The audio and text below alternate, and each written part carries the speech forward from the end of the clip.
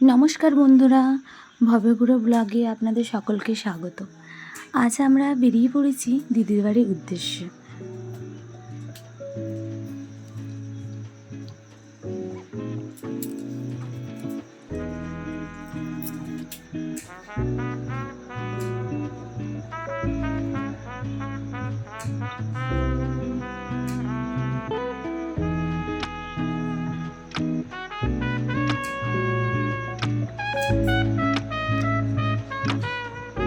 আমরা চলে এলাম পেট্রোল পাম্পে। পেট্রোল পাম্প থেকে তেল করে নিয়ে এখানে এসে দেখি রেলগেট পড়ে গেছে, ট্রেন আসছে।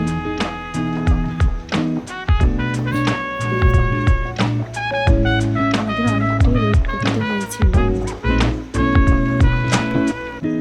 এবার ট্রেন চলে যেতে রেলগেট উঠতেই আমরা বেরিয়ে পড়লাম। এত জ্যাম হয়েছিল ওখানটায় আর রেকর্ড করা হয়নি।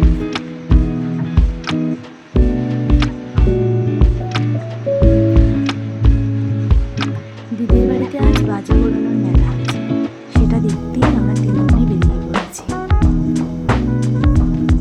রাস্তাটা দেখো কি সুন্দর লাগছে। আমাদের বাড়ি থেকে আমাদের বাড়ি যেতে মিনিমাম আধ ঘন্টা সময় লেগেছিল।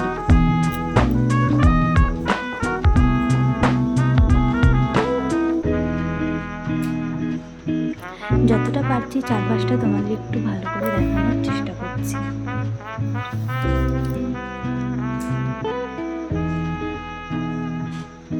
দেখো পাখিগুলো কি সুন্দর একসঙ্গে উড়ে যাচ্ছে। এটা পাওয়ার হাউস।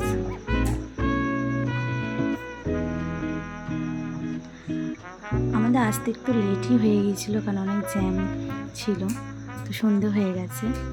ফাইনালি আমরা চলে এলাম দিদির বাড়িতে। এই যে দিদির বাড়ির রাস্তায় ঢুকে পড়েছি আমরা।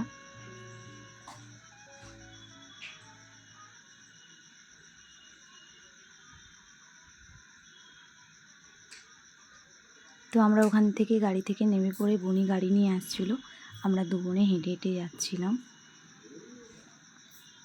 ফাইনালি চলে এলাম দিদির বাড়িতে। দিদি আমাদের ব্যাগ নিয়ে দাঁড়িয়ে আছে। এই ঢুকলাম। এটা আমার দিদির ছেলে, সন্ধে দিচ্ছে, যেহেতু আমরা সন্ধে হয়ে গেছে আমাদের যেতে। আমরা রেডি হয়ে নিয়েছি, তখন বাজে 10:30। এখন আমরা চলে এসেছি। এখানে বাজি পোড়ানোর আগে চাঁচর পোড়ানো হয়, তো তারই প্রস্তুতি হচ্ছে। তো একে একে সবাই মন্দির থেকে চলে আসছে।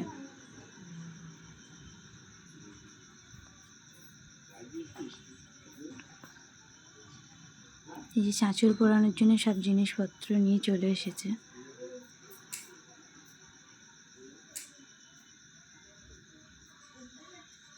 এই যে আগুনটা নিয়ে যাচ্ছে মালসাই করে, ওই আগুনটাই চাঁচরে দেওয়া হবে।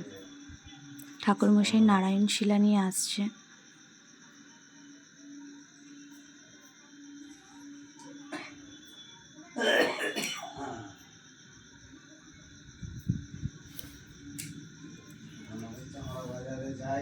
এখানে এই চাঁচর পোড়ানোর জন্য সবাই দেখবে বলে রেডি হয়ে গেছে, যে যার ফোন বের করে নিয়েছে, সবার ফোনে রেকর্ড হচ্ছে। তো অনেকটা লং ভিডিও হয়ে যেত, তাই আমি চাঁচর পোড়ানোটার পরের ভিডিওতে দেখাবো। সেখানে বাজি পোড়ানো, তারপর ওখানে যে মেলা বসেছে, মাকচণ্ডী মন্দির, সব আমি পরের নেক্সট ভিডিওতে দেখাবো।